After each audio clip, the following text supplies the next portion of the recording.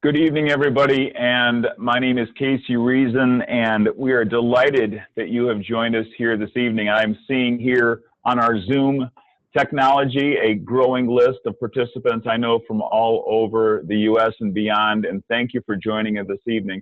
Also hearing this will be, I'm sure, some folks who will be dialing in and hearing this later, and we are just pleased that you were able to join us either synchronously in this moment or at some later date and hearing this and enjoying this experience. So this is a Welcome to Education Thought Leaders and Innovators.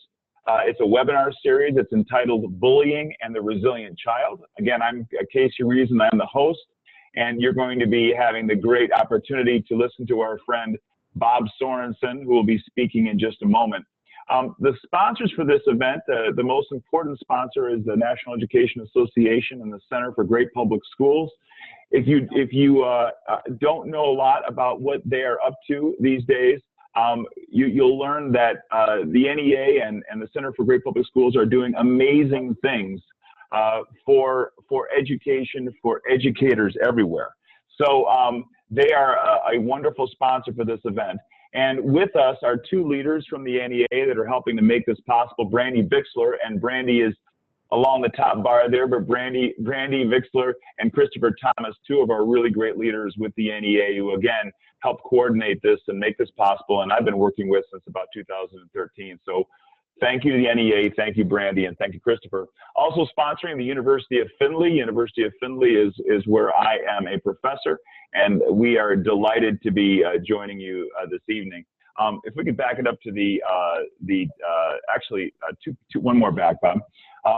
For the Education Thought Leaders Innovation, one of the things we want to invite you to join, it says here, please join the education webinar group on the NEA Ed Communities. Ed Communities, if you're not aware of it, is a really dynamic space that started off just a few years ago with a few thousand, and now we have tens of thousands of educators in this free, and I said free, collaborative space for educators, for you to come together and find other professionals who are studying the things that you're studying, that are passionate about the things that you're passionate about, but it's called Ed Communities, NEA Ed Communities. And within that Ed Communities, there is an educational webinar group that will have artifacts about the authors that we feature moving forward, and we're going to have a great group of authors moving forward. So I'm inviting you to join us again on the Education Webinars group within NEA Ed Communities. And if you haven't checked out Ed Communities, please do, because you will find many friends, you will find many contacts there. So many teaching colleagues, educator colleagues of mine have gotten on there and made a number of new friends and contacts. It's a really wonderful dynamic space for free resources for teachers. The next slide there, I'm going to talk to you a little bit about tips for engagement. So as we go along tonight, let me give you a little bit about how tonight will work, and then I'm going to give you some tips for technology engagement real quickly. I'm going to finish my comments here in just a few minutes, and we're going to have our guest speaker talking about this really important topic about bullying, and I know that's what all of you came for. It's such an important topic today, given what's going on in our schools and with all the school violence in the news. So we're really, and I love the way, I'm really excited about the approach that we're taking to this topic tonight and the speaker that you have. So that's our presenter, Dr. Sornson, will be presenting in just a few minutes, giving you the good stuff that you came for. And that will take, Bob's going to speak for 30 minutes or so. And then I'm going to do a little bit of a Q&A with him, kind of engaging him with some questions along the way. And then we're going to reserve the last quarter hour or so for you. We're going to ask you that as we go along here, think of some questions that you want to ask Bob about this issue and questions that you really are hoping for an answer for. And what we will do is we're going to monitor those questions, because what you can see here, how you can be engaged. You can click on the chat icon to be engaged, and that will allow you we can actually see your comments as you go. We invite you to make sure that you stay muted while our presenter is presenting. You can turn on your camera. We'd love to see your smiling faces. There is a raise your hand feature. I suppose if you have the camera on, you could raise your hand, but we have a raise your hand feature. And as it says there, that last button there, toggle in and out of the full screen by clicking on that icon there in the top right-hand corner. So really quickly, the next slide. Again, as your host, I've done quite a bit of writing too, and in my multiple publications really is what brought me to the NEA. I've done a lot of work in distance learning, a lot of work in how teachers today are creating digital networks to find each other. And this latest book is all about how teachers are teaching online today and how teachers are finding each other in digital spaces. So it's a real passion. So that's part of the reason why I'm actually here with Brandy, with Chris, and with the NEA, and on this really important topic. Our next slide, we want to get right to the most important stuff. A short little bio slide here on our speaker, Dr. Sornson. And he's actually much happier than that picture. If you get to know Bob a little bit, he's much happier than that beach picture right there. And you can see his social media connections. I hope you find him on LinkedIn and find him on his webpage. But Bob has written and has an amazing publishing pedigree.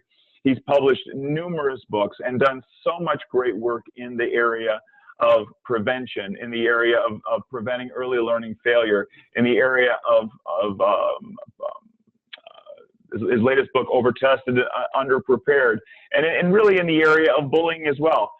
He had a number of not only books, but really powerful resources for teachers and schools on not just learning about bullying, which his publications do, but really what to do, how to specifically deal with kids that have a tendency to bully, and really how to create a culture and a condition where that bullying, where there's a response to that bullying. So Bob is again, a wonderful presenter who's done work for us in the past and is all over the country. So we're really lucky to have him here tonight. He's a great way for us to kick off our speaker series. So Bob, if I had another 10 minutes, I wouldn't be done saying good things about you. You're a great friend of the NEA, and we're so glad that you're here tonight. And we're delighted that you're taking some time with educators across the country to talk to us about bullying. Where should we begin, my friend? Let's start right here, Casey. It's good to be with you. I'm thinking back a long time ago when my wife and I first started to have children. I had this overwhelming desire, this strong feeling inside that I wanted to make the world perfect for them. I wanted them to be safe. I wanted them to be happy. I wanted to protect them from harm in every way, shape, and form that I could. But you know what happens? You have to start dealing with reality at some point. One reality was that as I looked around at the world, there were a few things I could make better, but I couldn't create this perfect, safe, secure world where no one was disrespectful or hurtful to one another. That was outside of my capacity. And so I had to wrestle with that a little bit. I also had to notice how strong-willed and how independent my kids are, and how in many cases they just wanted to be able to take care of things on their own. The idea of daddy or mommy making the world perfect for them wasn't comfortable for them. Something healthy inside of them said, I want part of the action here. And then I also at some point had to deal with the fact that you can't stop bad behavior, and in this case you can't stop bullying just by the absence of bullying. So if we were really good as teachers, educators, and we really cracked down and we had eyes and ears everywhere and we tried very hard to stop this negative behavior, that wouldn't in itself be a solution, because the absence of a negative, in this case bullying, doesn't create a positive. The positive being the positive culture in which kids know how to treat each other, in which they choose to treat each other respectfully, take care of each other, and create the kind of place where kids feel safe and connected, where good teaching and learning can occur like classrooms and schools that we want for our kids. Essentially, this adds up to one idea. I want kids to develop this strong sense of personal character that allows them to do these things. Have a very strong respect for themselves. Also respect other people, including adult authority figures like moms and dads and teachers.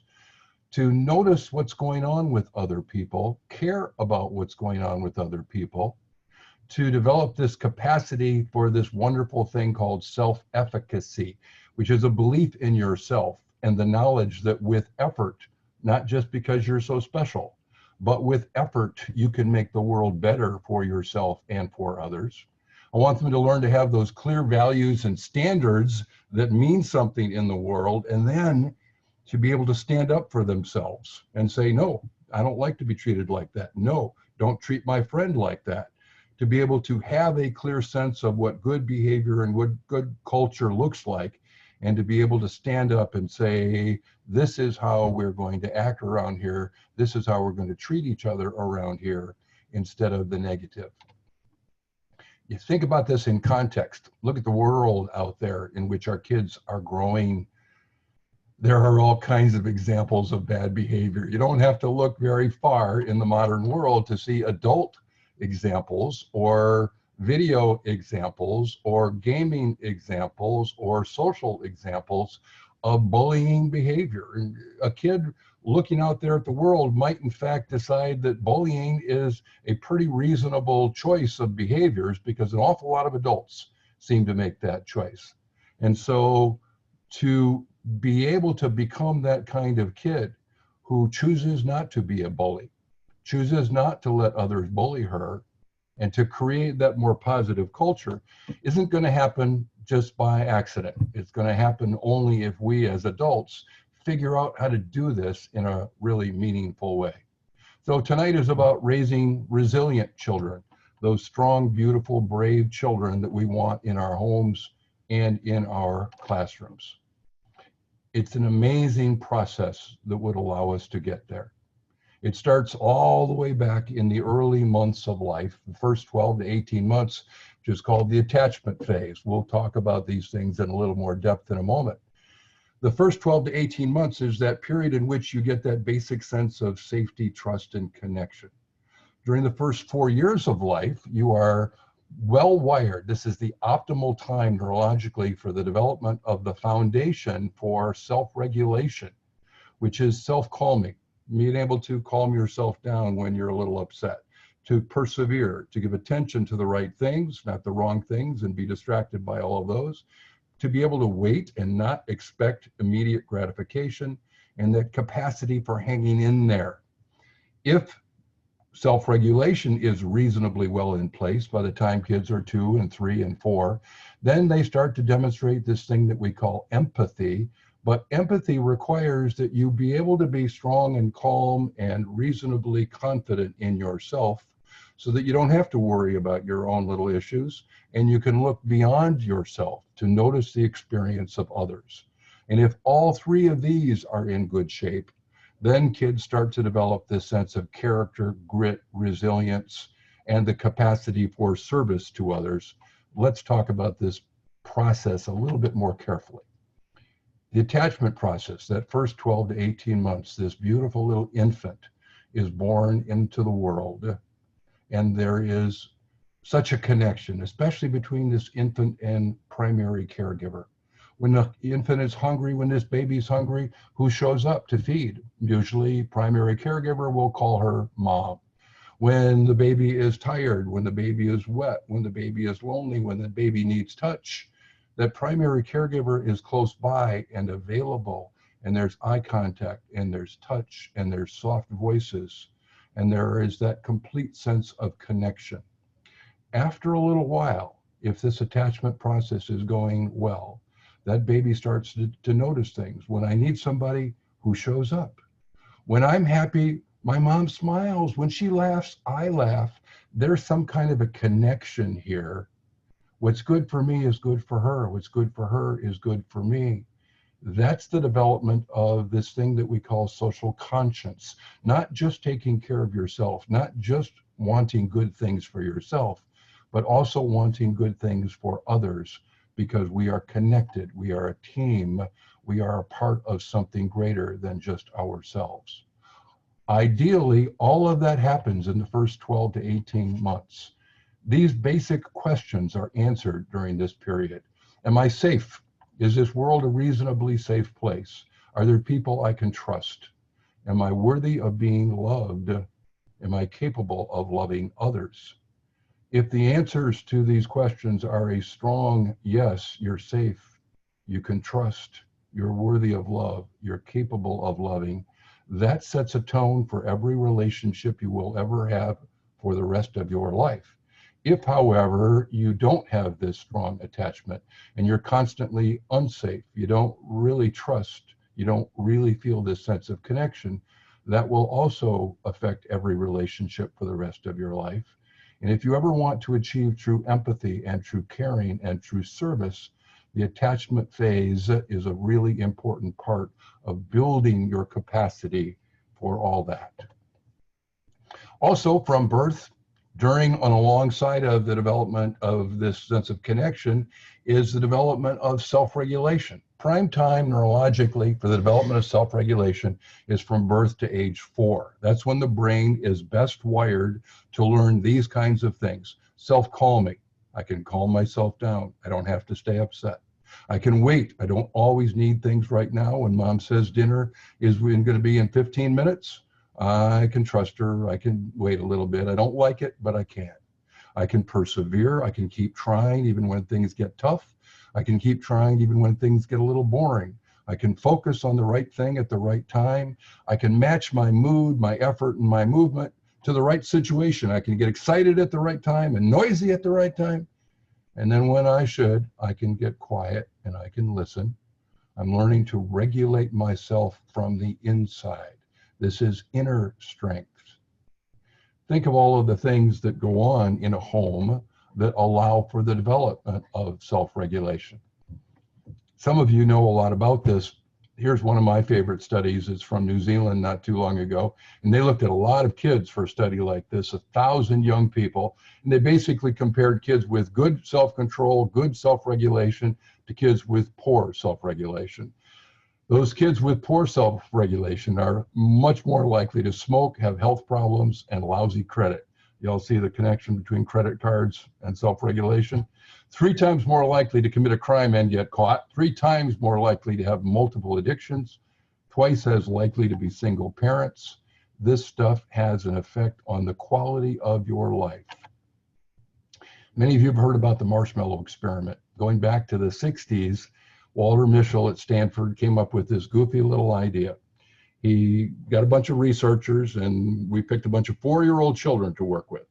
And the researchers brought them into a little room and they didn't just start the experiment. Instead, they played a game and they got to know the kid, developed a little bit of trust and a little bit of connection. And then after a while, the researcher would say to the 4-year-old, I'm going to put a little bell on the table here. You can, and then I'm going to go out of the room. You can ring that bell and I'll come right back to you with 1 marshmallow. Or if you wait about 15 minutes and I come back on my own, I'll bring 2 marshmallows. What a goofy little experiment.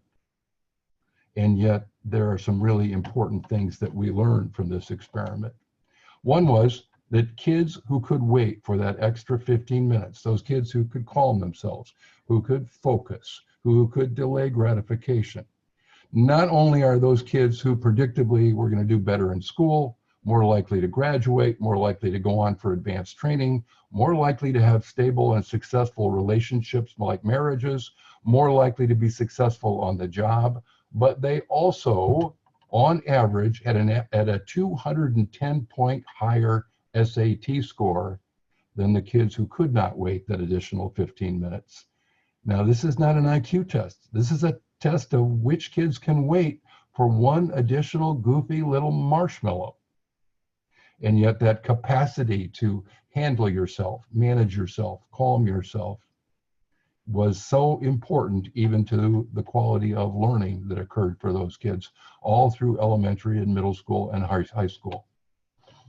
Self-regulation is in everything we do. If you're an athlete, or if you're a cross-country runner, or if you're a reader, or if you're a writer, or if you do anything that you'd call a project that takes a while, that you can't just get done in an instant of attention, but that requires ongoing attention and skill and perseverance. Think of everything important you've ever done in your life. Raising children, having a relationship, being a classroom teacher. How important is self-regulation to your capacity to be successful in all of those roles. If you have a solid sense of self-regulation, you have the capacity to be calm on the inside, only then do you get likely to be good at this thing that requires looking outside of yourself to see what's going on with others. That's what we call empathy, noticing what's going on with other people. It blossoms as kids get into that 6, 7, 8-year-old range when they're starting to develop symbolic and abstract thinking. They notice how other people feel. They care about how other people feel. They like to help others. And this is the foundation. Empathy is the foundation for emotional intelligence and social skills for the rest of your life. If you don't learn to notice what's going on with other people, you won't learn to read other people, to interact appropriately with other people, to play with other people, to work with other people. The foundation for social emotional intelligence is right here in a well-connected, trusting kid who has self-regulation skills and now empathy skills. This lays the foundation for so much success in life. Think of it as a continuum. Those fortunate kids who have that absolute sense of security and attachment are way more likely to be able then to learn to calm themselves, focus, persist, delay gratification, manage themselves strongly from the inside. Those kids are so much more likely to become empathetic, have the emotional intelligence and the social skills to be successful human beings, and in many cases become people like you, educators, who have dedicated your lives to make the world a better place for kids and families and for one another. No small thing.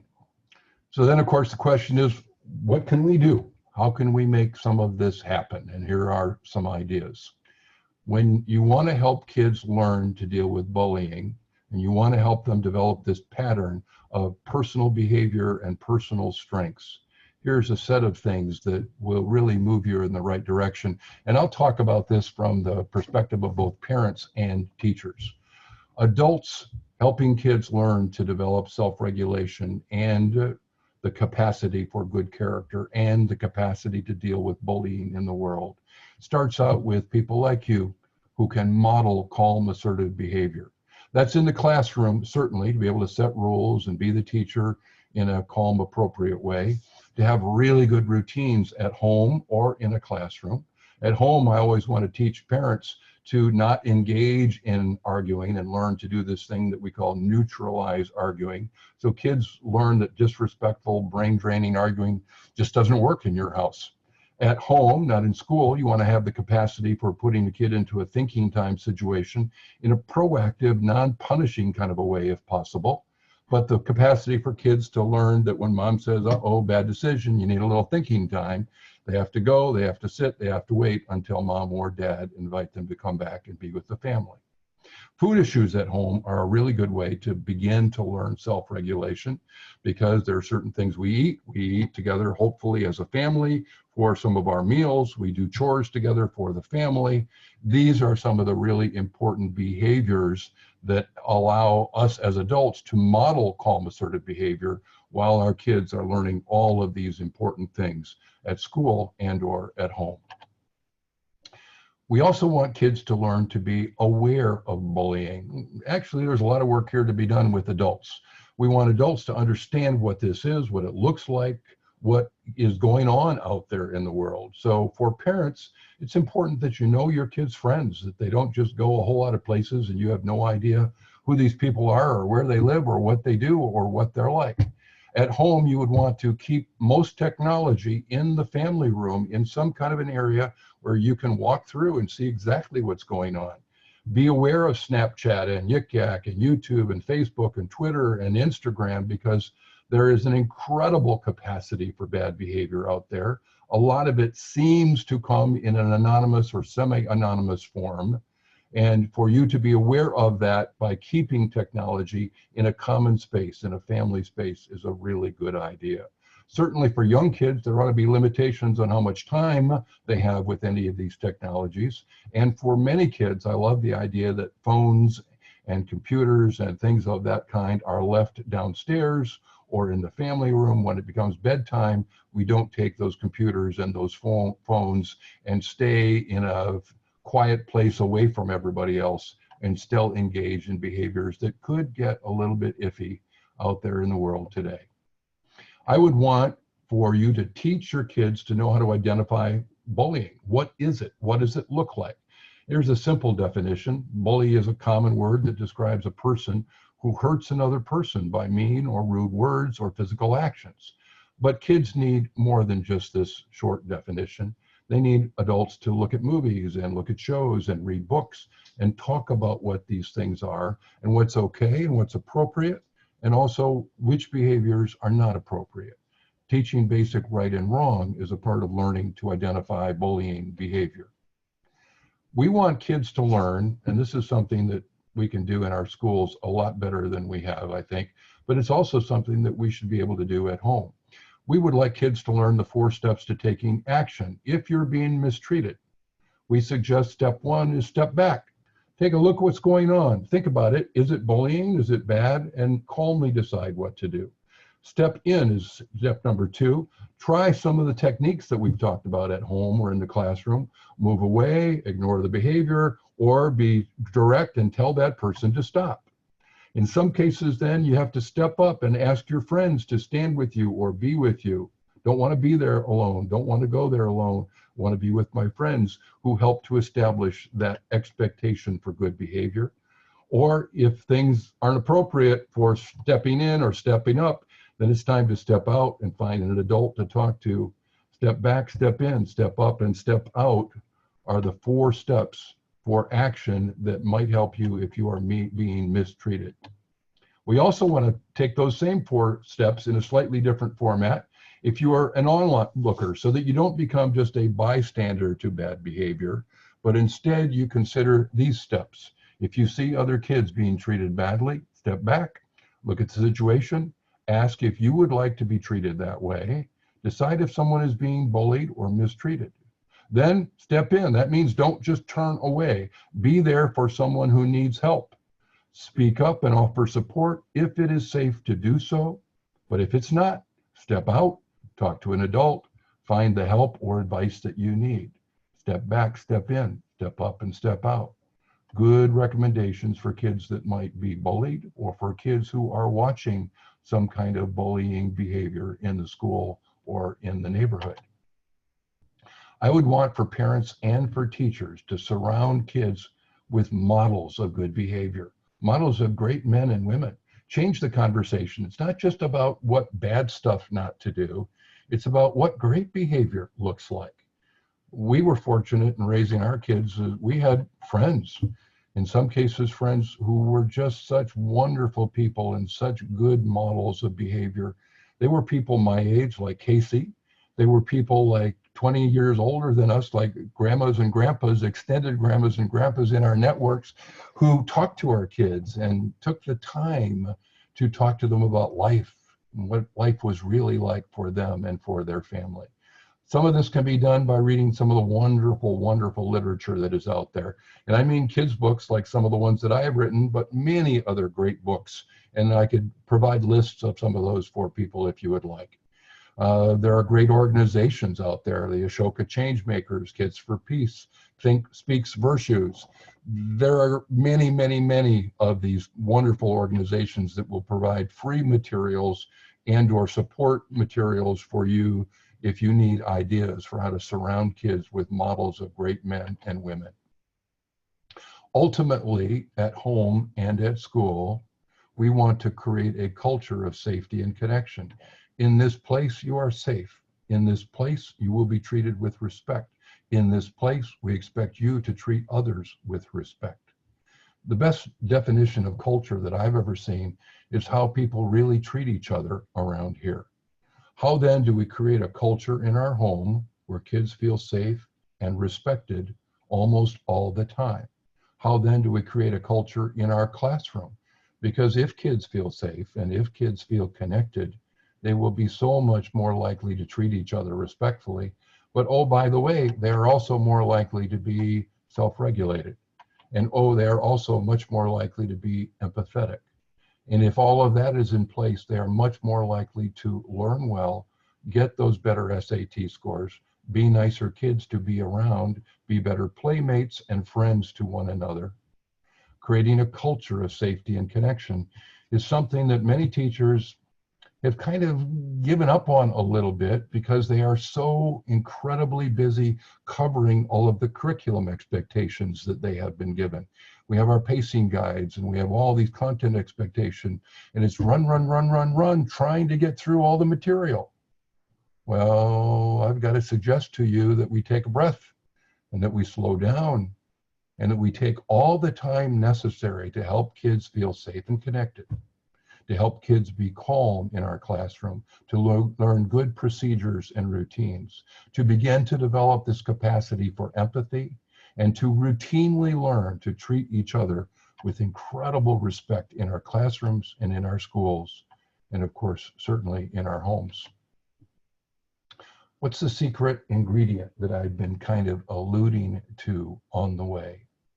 Well, if you really want to help kids learn to be self-regulated and empathetic and resilient, if you want kids to develop that sense of character, I want them to be around adults who are self-regulated and empathetic and show that capacity for grit and resilience. The secret ingredient here for helping kids learn to be kids with characters, to be around adults like that, and to get to know adults like that. There are some books that I have written that work to this end. The Juicebox Bully, been out since 2010, and boy, we are in our 12th printing of that book. Stand in My Shoes talks about kids learning about empathy, and It's Time to Stand Up and Speak Up is just one more story of kids learning to stand up for first yourself, but then also for others in a school environment. If you want information from me, you can contact me at the Early Learning Foundation. And know I know my friend Casey Reason has some questions and ideas, and I'd love to explore those with you.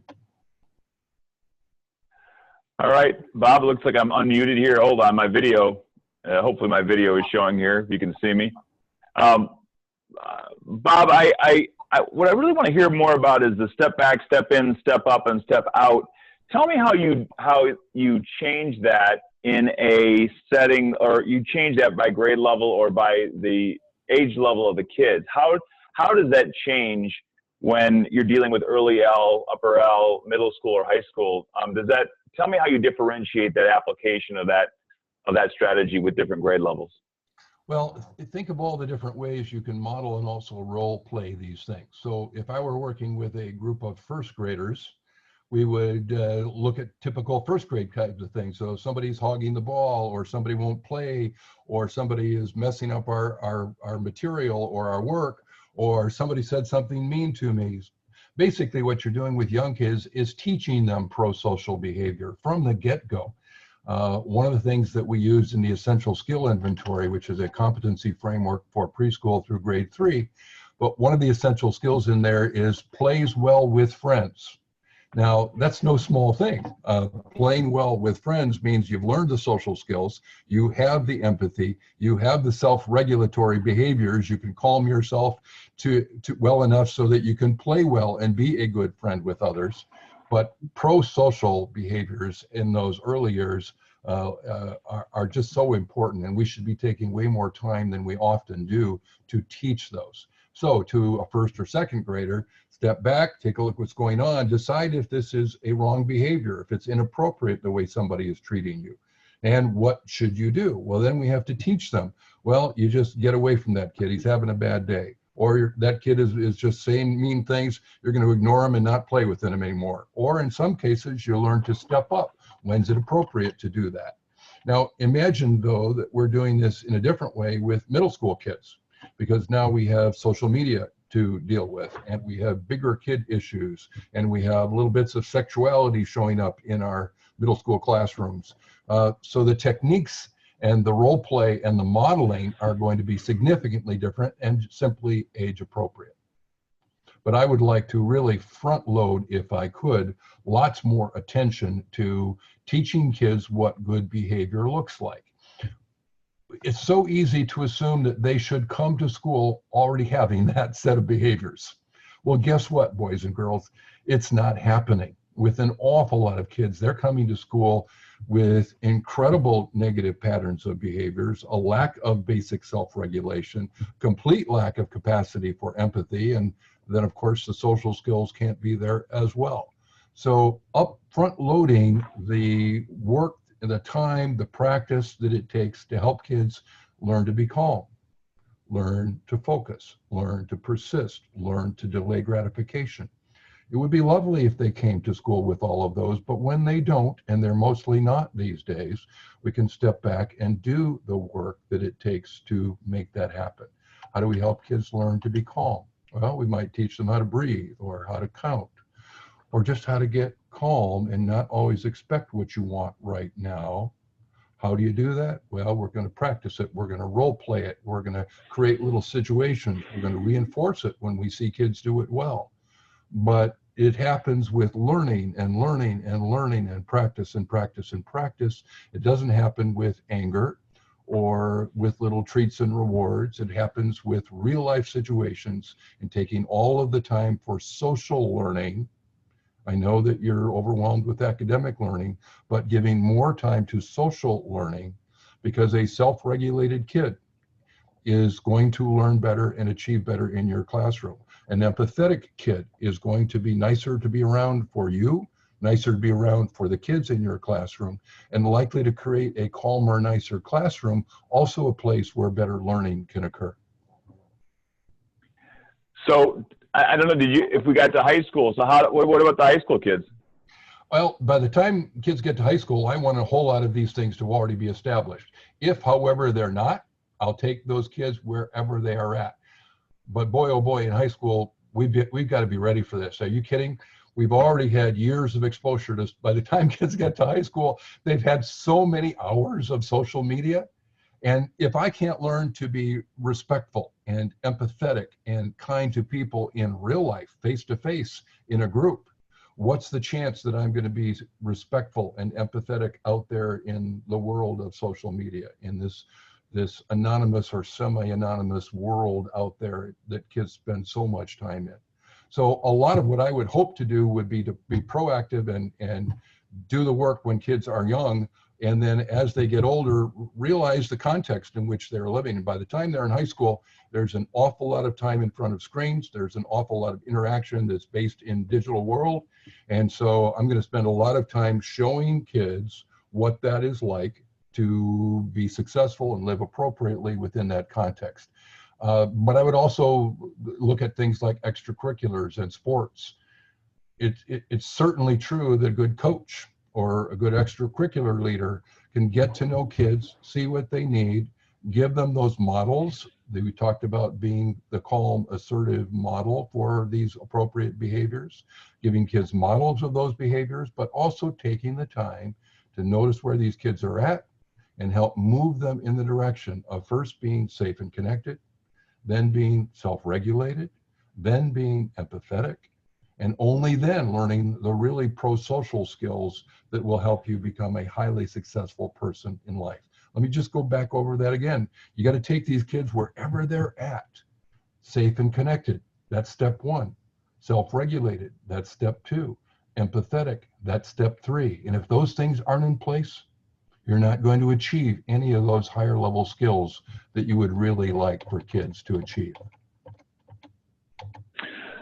So Bob, it sounds like, if I'm understanding your work and your recommendations, you're really talking about that proactively thinking things through. As educators, we want to create a climate or a condition where bully isn't allowed to bully, that where the expectation of everyone around is bullying isn't going to be allowed to promulgate here, and that there are strategies in place. You create a culture that doesn't promote bullying, and then there's strategies in place if it does show up. So that's what I'm hearing you say, that's the most comprehensive way to create schools where there is as little bullying or as possible. But, and you kind of addressed this, but I want to make sure that I really do get it. Are you suggesting that we can kind of reverse engineer a kid who's already a bully? If a kid is, because I mean, I really love the strategy for creating a condition where we make it less likely, but let's say you got a couple kids that are just flat out, they're bullies, and 2 or 3 kids that do it consistently. Can the things that you're talking about here, perhaps, sort of, maybe you don't like that phrase, reverse engineer, but can you reverse engineer that sort of sensibility towards bullying? There's plenty that adults can do. So let's look at it from a school environment. There are a couple of kids that are bad actors, that are mean to kids, that have learned to do this and get away with it. They probably have lots of adult models in their life that have demonstrated this same pattern of behavior. So they're bullies.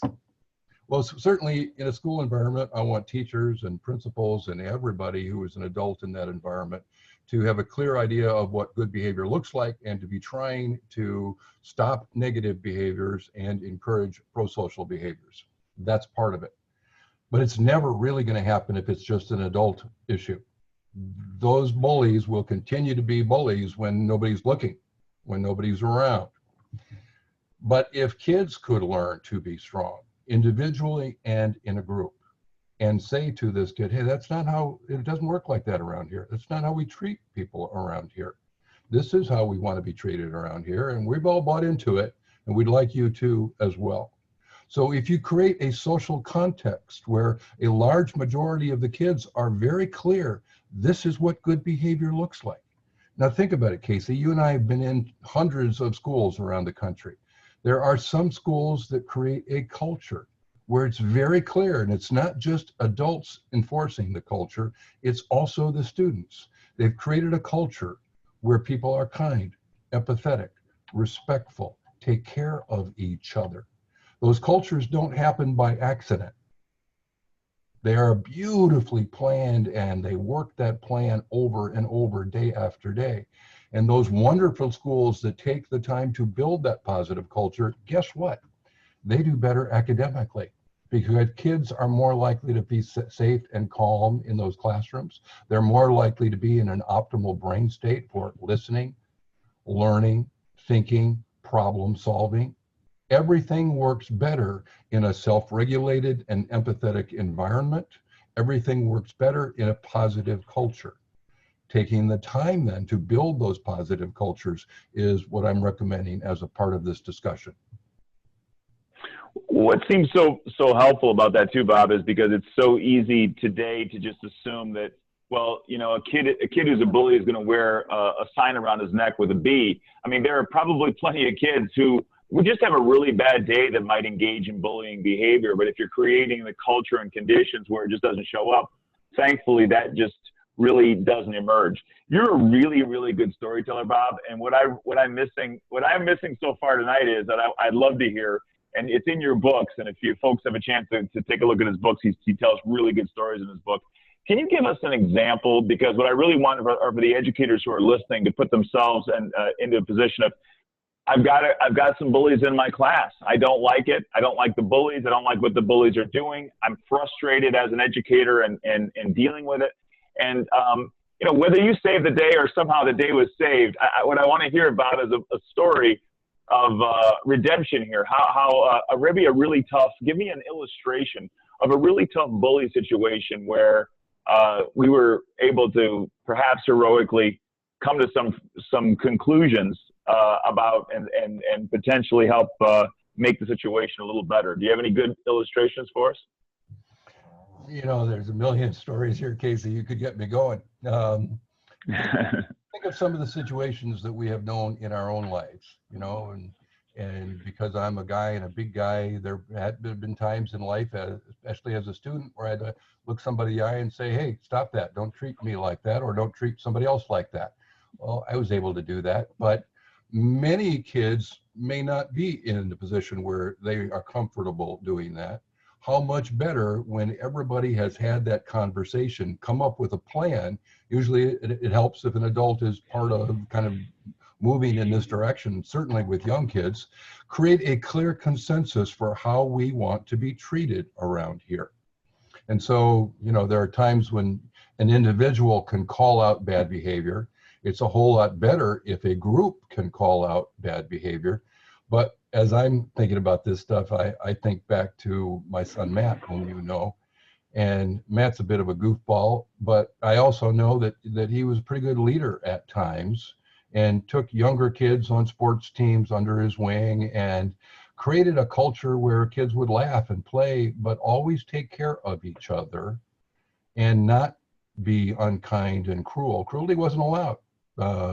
And groups of kids who can come together and say, you know, there's a different standard that we want here, can create that standard that everybody will kind of go along with, learning the positive culture. So one of my books is called The Juice Box Bully, and it's about a kid that moves into a new class, new school, and he's come from a place where a lot of bad behavior is kind of the standard. And so he immediately comes in and he tries to steal the ball, and he tries to be a jerk, and he throws juice on another girl's clothing. And the kids respond to him, not by beating him up, not by yelling at him, not by threatening him, but by saying, hey, that's not how we treat each other around here. And take a look, we made a pledge. Here are the different things we pledged to do in our classroom. This is how we take care of each other.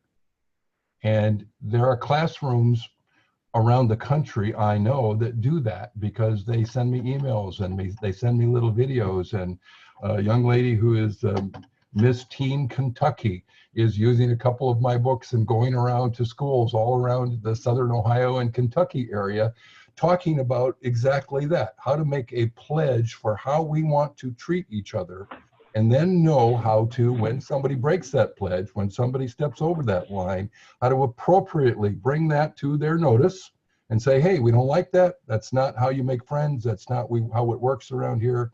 This is how we want behavior to work in our classroom. Same thing works in a family or in a home environment, doesn't it? When kids step out of line, it's not just a matter of being angry or yelling or punishing that behavior. We have to show them what a better way is. Here's how we want you to act around here. So yeah, once in a while I'll say, hey, stop that. Once in a while I'll say, uh-oh, bad decision. You need a little thinking time.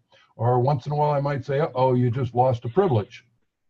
But far more important is that I spend 5, 6, 7, 8, 9, 10 times as much energy showing you what good behavior looks like.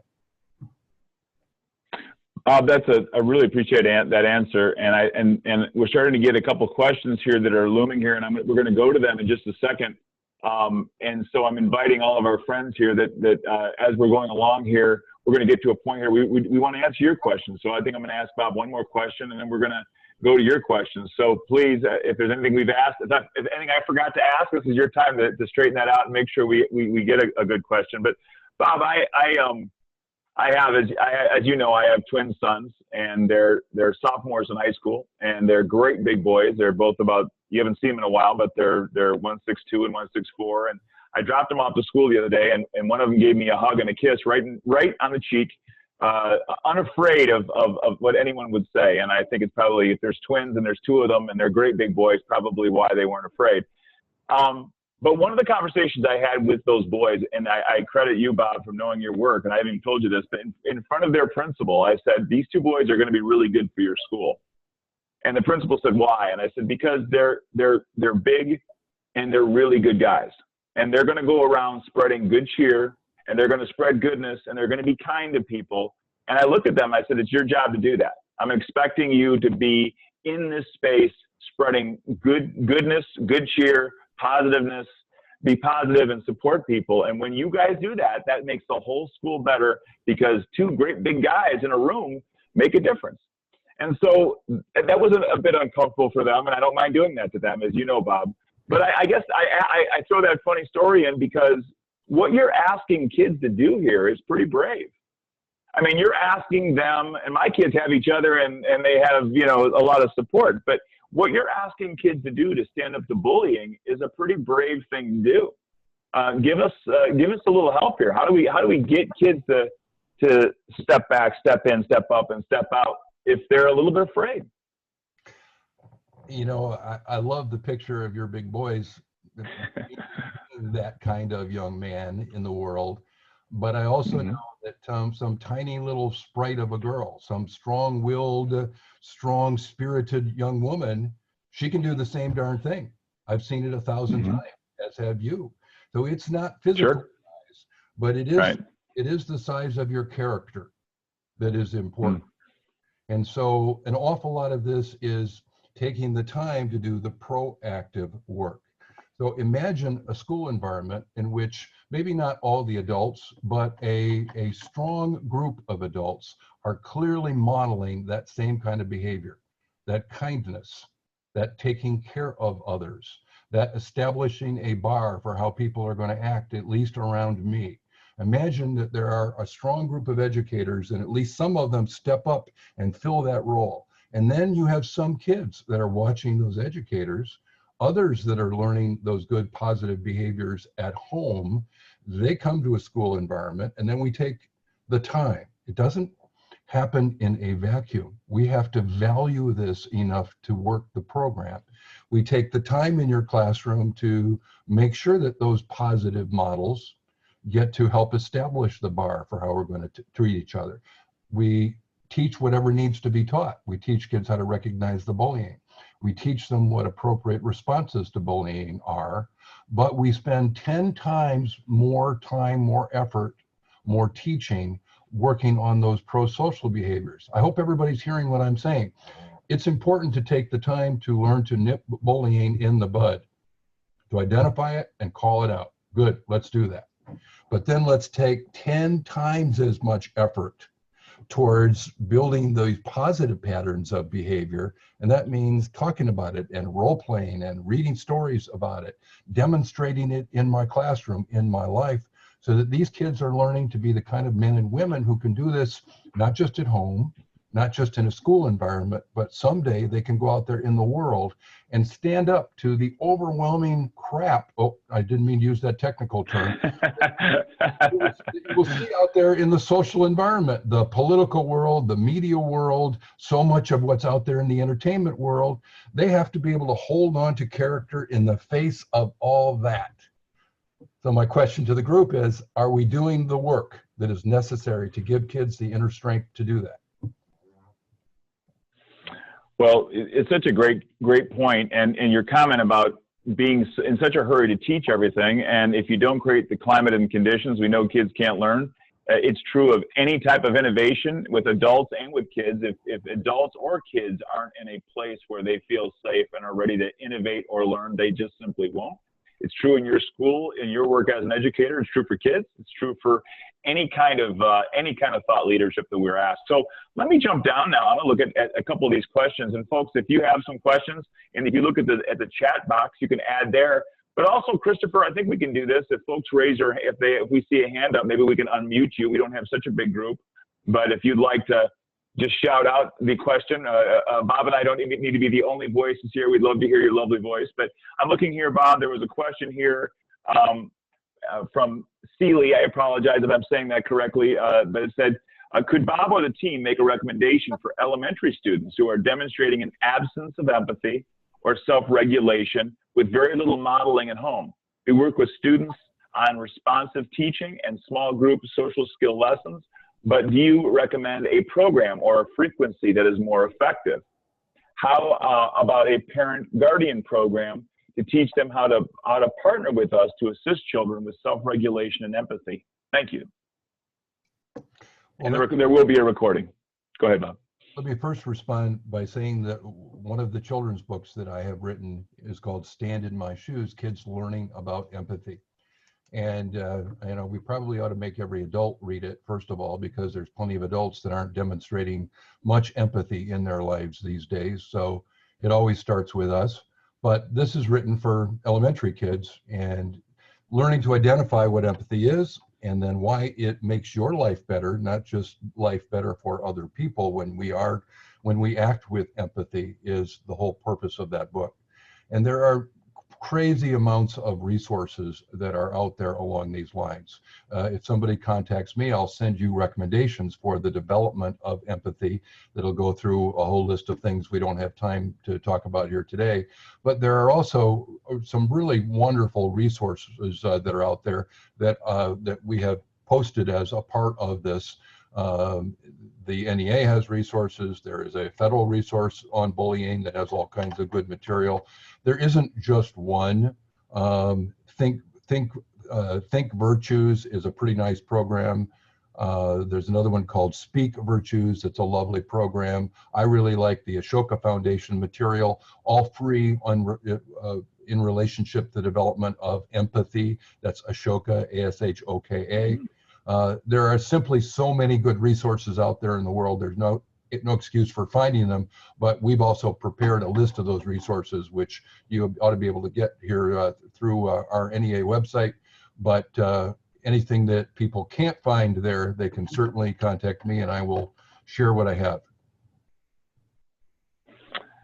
And Brandy is reminding us the NEA has several micro-credentials on bully-free content, and there's a NEA certification. There's a link there that we can get to. Let me get to another good question here from our friend Matt. How do we bridge a diverse classroom? How do we bridge a diverse classroom where students that come from a background where they must look out for number one and standing up for themselves involves being forceful and at times intimidating versus students that come from backgrounds that have better support systems for them in place? Love the question. First of all, I want to recognize diversity as an opportunity. We have kids from different backgrounds, and to some extent, this question implies that some of these kids are coming in with kind of a street cred mentality. They're going to have to deal with parts of their life in a more aggressive way or in a louder way. But I always want to remind you that kids can tell the difference. In fact, they can tell the difference between your classroom and Mrs. Smith down the hallway. They know that in your classroom, certain types of behaviors are allowed. But when they go into Mrs. Smith's classroom, they can get away with almost anything. So kids can learn to recognize context. And in this context, in the school, or especially in your classroom, you can have a very high standard for appropriate, what we think of as appropriate behaviors. And that would include being calm, being focused, being persistent, being empathetic, using appropriate social skills, taking care of others, not engaging in bullying behaviors. You can teach that as the context that is expected in your school or in your classroom. And then when kids go into a different environment, which may be at home or on the streets between home and school, they could go back to a different set of attitudes and behaviors. Kids can manage to do that. But within your context, how important will it be that at least in one part of their life, they have learned the kind of social behaviors that could, in fact, make their life better. Make their life better in being more successful in relationships, make their life better in terms of better success on the job, make their life better in terms of the capacity they have to become successful human beings, raise a family, be productive, get good things for themselves and their family in this world. Bob, tell me, we're almost out of time here. We've got about 3 minutes left. Give me 45 seconds on why these are the best of times in education. Oh, Casey. Well, let's think about it. Fewer kids are going into education by a significant margin. Some people say as many as 40% decline over the last 5, 6, 7 years, young men and women going into schools of education.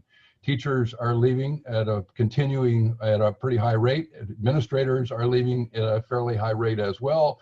There are significant teacher shortages, and yet I'm going to tell you, this is the coolest time to consider being an educator in the whole history of public education in this country, because I think we're getting ready to see some real moments of change. What we've been doing for a long time, covering content, usually in a grade-specific kind of way. All 7-year-olds get the same content in the same sequence at the same rate. We're going to teach them lesson number 19 on the same day in the same way. We've been racing through one-size-fits-all content in this country for a long, long time. We're about to see that change as we move towards personalized competency-based learning systems. What I like about the connection between our topic tonight and that is we get to decide what's important. What are the learning outcomes, the things that we really want kids not to just be covered in their presence, but the things we really want kids to learn. And every conversation I have about competency frameworks for young children, which is where I focus most of my time and work, I want to include the whole child in those conversations. So what are the essential literacy outcomes, the essential numeracy outcomes, the essential oral language outcomes, the essential sensory motor outcomes, all the essential behavior outcomes, including self-regulation, including empathetic behavior, including appropriate pro-social behaviors. I want to take a look at that. We are in a moment in time where I think we are going to see a reinvention of schools. And we really need the best and the brightest educators to be with us and stand up to these conversations and say, these are the important things we need to help kids learn in life. Let's make sure we give the time, we give the resources, and we create a system that allows us to personalize learning and give Johnny what he needs at his level for as long as necessary, including all of these social emotional skills that will make his life better. This is a really cool time. If you are ready to reinvent education, there could be no better time to be alive. You can, this is the time when you can find other educators like Bob and like the friends you have online here tonight. You can find with ed communities, you can make connections that you never had, and you can build your own community today. It's really powerful. Along with the people you teach with, you can make connections all over the world. Bob, I can't thank you enough. You've given us a lot of help. Brandy has been awesome. If you haven't been paying attention to the group chat, everybody, Brandy is committed to getting Bob's book list posted, and I'm going to warn you, Brandy, it's a long list, so I hope you're ready. But we'll get Bob's book list out there and all the resources. But Bob, thank you so much. Bob gave us an hour of his time because he cares about this initiative and he cares about the kids you serve and all of you. So, Bob, thank you so much for giving us an hour. Love your work. Thanks everybody for joining us. All right. With that, we'll say good night to everybody. Thank you for joining us. Thanks for the wave there, Kaylee, and everybody else. And everybody have a great night. Thanks a lot.